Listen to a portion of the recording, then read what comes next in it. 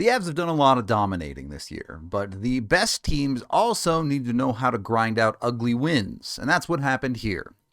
Avs win over the Philadelphia Flyers, 3-2. Look, the deck was stacked against the Avs in this game. The Flyers were rested at home, and the Avs are playing their third game in 4 nights, including this being the second game of a back-to-back. They were not set up for success here, and yet they still took care of business. And this took a great effort and great work, especially in the first half of the game from the Avs. The end of this game was not dominant by any stretch, but the early portions of it were for Colorado. They outshoot Philly 12-3 in the first period. I will say some of those numbers are a little bit deceiving. When you look at possession metrics in this game, it was actually a lot closer to even in the close portions. Philadelphia just missed the net a lot, which, power to them if they want to mess up their opportunities. The Avs have done plenty of that this year. You're not going to score on everything, and Philly just couldn't finish very well in a lot of this game. You have to take advantage of that if you're the Avs, and they did eventually. It didn't start that way, though. Philly scores first. Flyers streaking in on an initial possession that gets stopped nicely from Girard. It goes back in behind the net, where a somewhat puck battle ensues. Yeah, in a perfect world, Girard finds a way to make a better play with this puck, but he's under pressure and just trying to get it out of a dangerous area as Malinsky's getting knocked over. So the puck is not cleared out. The Flyers are able to maintain possession. I don't really see this as a significant error from the Avs. This is just what defense looks like in the NHL. Eventually, the puck comes out high, and the Avs have fine coverage. This isn't really a problem for the Colorado Avalanche. Their forwards are getting out high to challenge and not leave a ton of space. You have men marked down deep in the zone. Nothing dangerous here. So when this shot does come through, it's not even an on-net shot. It's not a shot that's even particularly played for a tip. That's a wind up and shoot it as hard as you can shot. It just happens to bounce off of Couturier and find its way into the net. Yeah, sometimes goals just go in. I don't think you're going to score consistently with a play like that. It's not like it's a quality tip. It just hits a guy and goes in.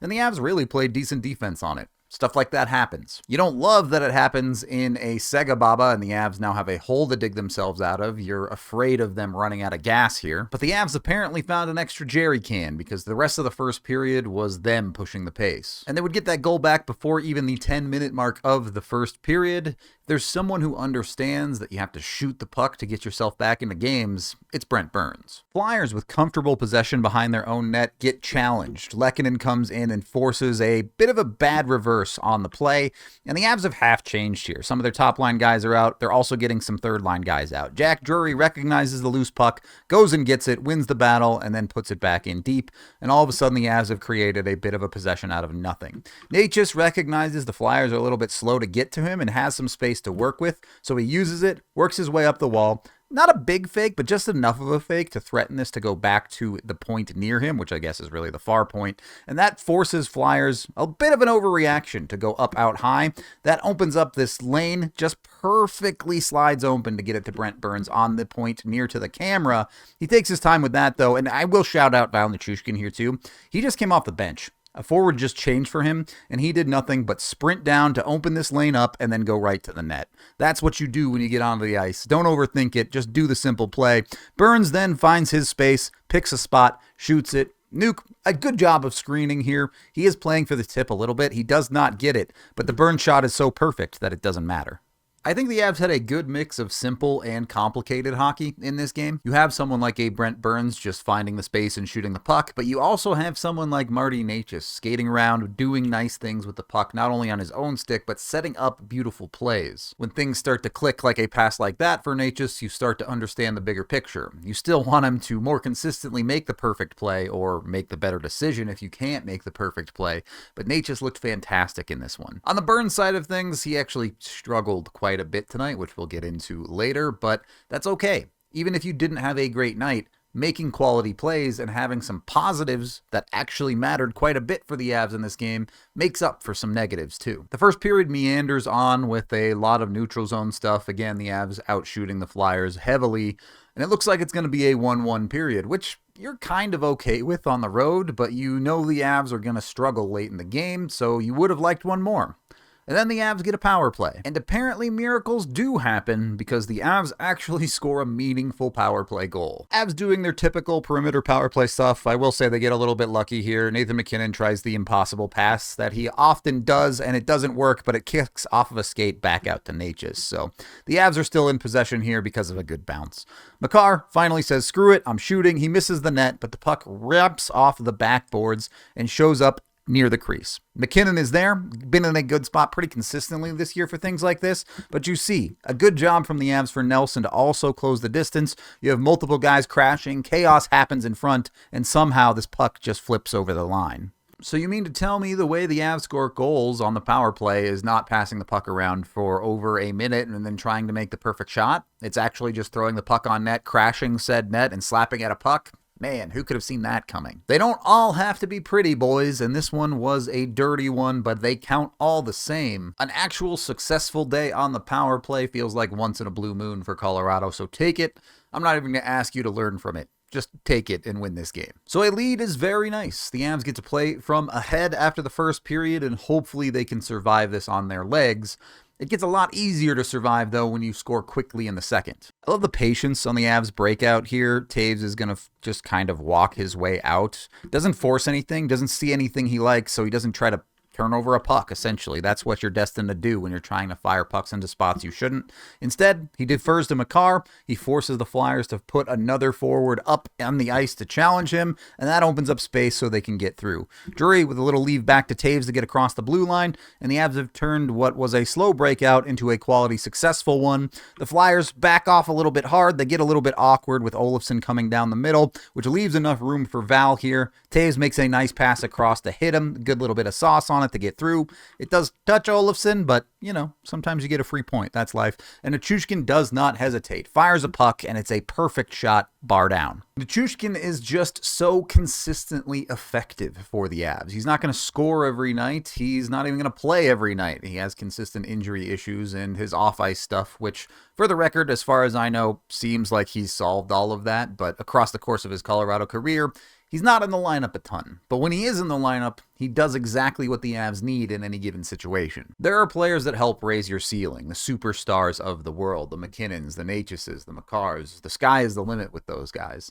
Val Nichushkin, not quite a superstar, but a very high-caliber player that does a lot more of raising your floor than he necessarily does raising your ceiling. The Avs need guys like that. That's the reason the Avs are finding success again all of a sudden in their third line. Any team will win games when they're playing at their best, but what about their mid-range game? What about when they have tired legs like tonight? Who are the guys that help lift that team up and get them across the finish line when it takes some dirty, greasy, hard work? And I know that's a beautiful shot and a beautiful play from Val, but shift in, shift out, the consistency is what the Avs need, and Val does that everywhere you put him in the lineup. That gives the Avs a 2-goal lead and what should be a little bit of breathing room. Unfortunately, that breathing room goes away just about 3 or 4 minutes later. Play starts with a 3-on-2 for the Avalanche, with Josh Manson joining the rush for the Avs to get a decent odd man opportunity. The play doesn't really connect, the puck does go on, but they don't really score. The thing is, Manson ends up deep in his own zone here, so this forces the Avs to have a forward and Brent Burns defending.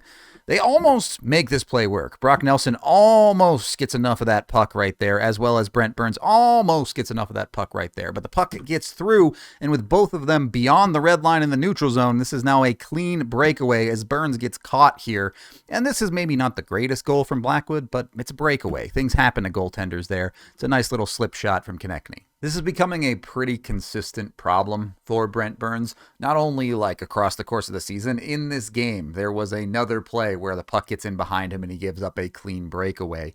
It's a pretty big issue for the Avs defensively with that Burns-Manson pairing. And I don't want to knock Burns too much. He's absolutely been a net positive for the Avs by a lot this season, and even in this game, they don't win without the goal that he scores. But we're starting to have a conversation about how you're going to deploy Brent Burns, and the way you use Josh Manson, who you've given free rein to activate, fly up the ice, go all over the place, do random things, Brent Burns, it's hard to trust as the last man back because he either is too slow and is not going to be able to keep up, or he has to play so deep to keep the play in front of him that he's not effective in the offensive zone where you want him to play. Certainly against teams that can keep up with the Avs skating-wise, I think it's going to be hard to keep that pairing together for the rest of the season. When they're at their best, they look really good, but when they're tasked to be able to keep up, that's when you run into trouble. Thankfully, though, that would be the last goal scored of the game, so the Avs do hold on, but they absolutely run out of gas in the third period. They were not particularly competitive. They get outshot in the third 3-13, and thankfully, Mackenzie Blackwood steps up and makes sure the Avs close this game out. Yes, he benefited numerous times from the Flyers perhaps not capitalizing on some of their opportunities,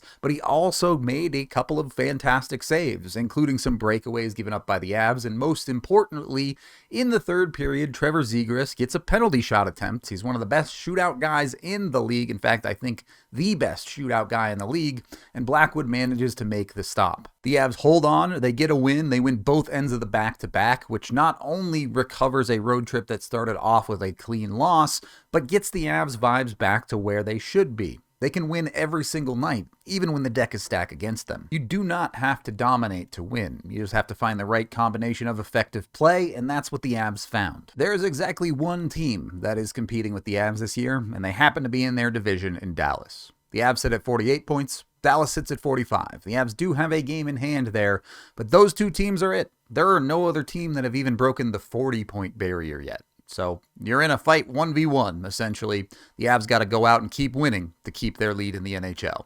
That is the end of this game video review. Thank you for watching. I am Rudo, and this Avs team's got the juice.